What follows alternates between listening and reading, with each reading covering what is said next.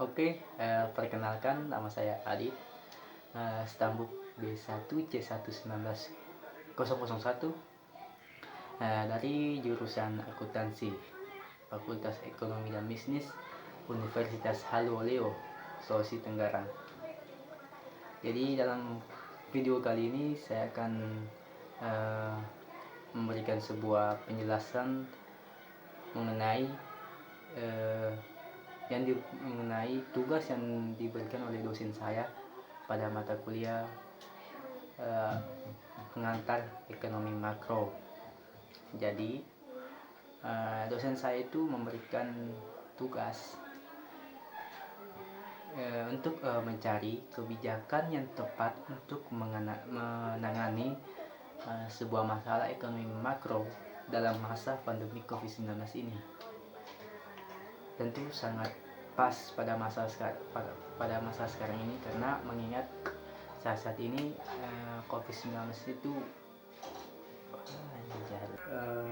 sebelum masuk ke sebuah kebijakan yang tepat, saya akan sedikit menjelaskan sebuah COVID-19 ini, yaitu COVID-19 ini.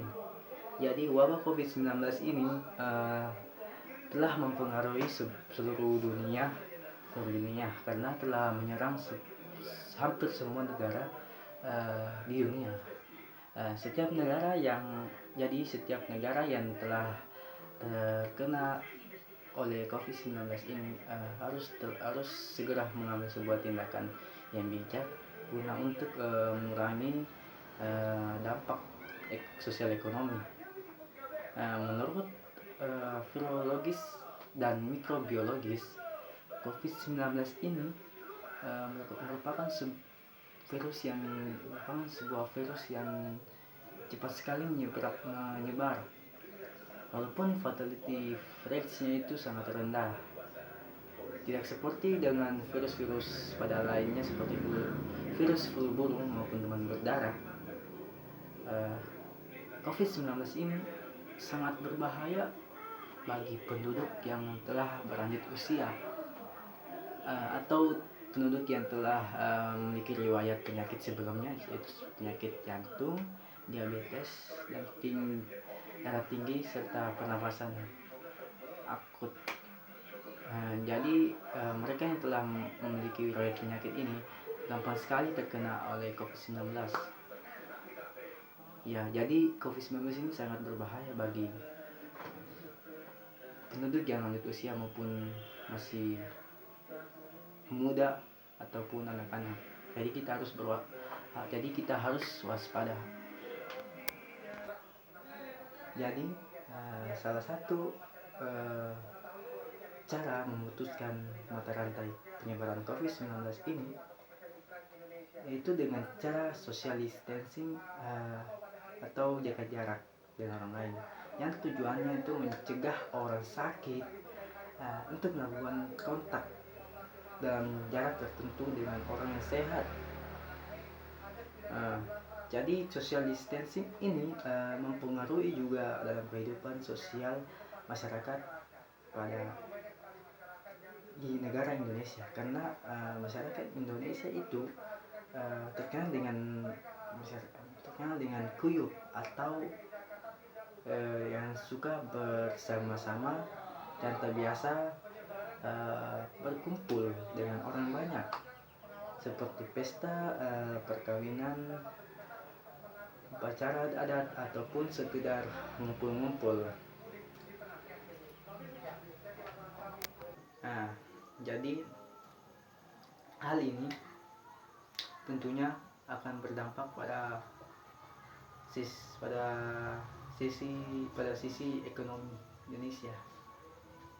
Jadi dalam pemerintah Indonesia dalam menghadapi COVID-19 ini harus melakukan sebuah pendekatan yang cepat dan prudens untuk mengurangi dampak pada perekonomian. Bahkan beberapa ahli mengkhawatirkan dampak ekonomi ini akibat COVID-19 ini semakin besar atau semakin memburuk dari dampak kesehatan, dan pertumbuhan ekonomi akan melambat. Jika hal tersebut terjadi, tentunya hal-hal lain akan terjadi juga. Tentunya di sektor tenaga kerja akan meningkat dan di sektor tenaga kerja akan berkurang dan pengangguran dan serta kemiskinan akan semakin meningkat. Jadi apabila perekonomian Indonesia ini semakin menurun, daya serap tenaga kerja itu akan semakin berkurang, sedangkan pengangguran dan kemiskinan itu akan semakin meningkat. Oke, dalam hal ini pemerintah Indonesia itu mengambil kebijakan yang komprehensif dan di bidang fiskal maupun di bidang moneter, yaitu tujuannya untuk menghadapi COVID-19 atau menanggulangi COVID-19. Dalam fiskal ini pemerintah melakukan kebijakan refocusing kegiatan dan alokasi anggaran. Untuk itu Presiden Republik Indonesia Joko Widodo menginstruksikan seluruh menteri maupun pimpinan gubernur, bupati, wali kota untuk mempercepat refocusing di kegiatan dan juga realokasi anggaran dan pengadaan barang jasa penanganan COVID-19. Menteri Keuangan juga akan mengalokasikan dana APBN, yaitu anggaran pendapatan belanja negara, sebesar sekitar 62,3 triliun. Dana tersebut diambil dari anggaran perjalanan dinas, belanja dan belanja non operasional, honor, untuk yang tujuannya untuk penanganan atau pengendalian COVID-19 ini. Dan tentu juga APBD juga ini tidak diharapkan bisa direfocusing juga dan realokasi untuk 3 hal tersebut. Dalam penguatan penanganan COVID-19 ini dilakukan penyediaan fasilitas dan alat kesehatan, obat-obatan, insentif tim medis yang menangani pasien COVID-19 dan juga kebutuhan lainnya.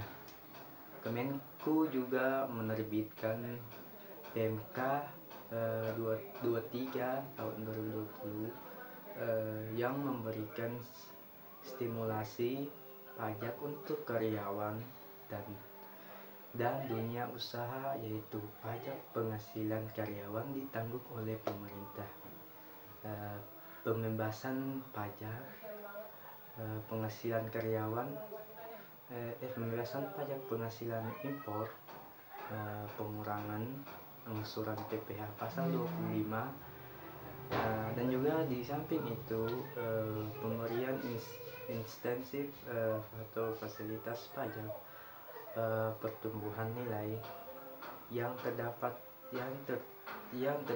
COVID-19.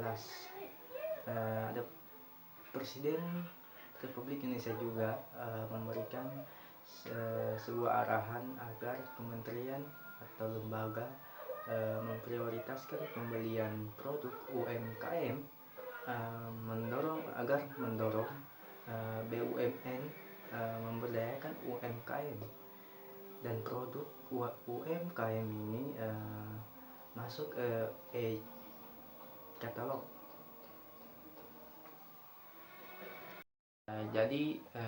Adapun juga kebijakan-kebijakan yang dikeluarkan oleh pemerintah, yaitu di bidang moneter.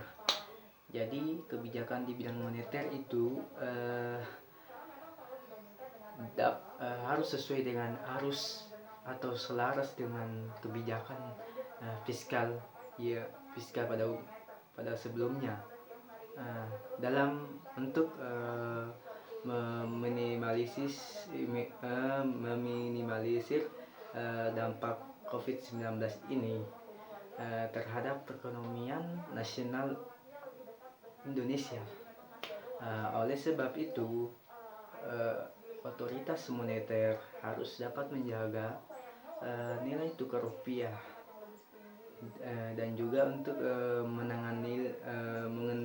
mengendalikan inflasi yang terjadi, dan serta harus memberikan sebuah stimulasi moneter untuk dunia usaha, dan juga diharapkan ada pemberian kredit perbankan dan mengintensifkan sebuah penyaluran kredit rakyat atau K. Jadi tadi itu merupakan sebuah penjelasan mengenai kebijakan yang tepat untuk menangani masalah ekonomi makro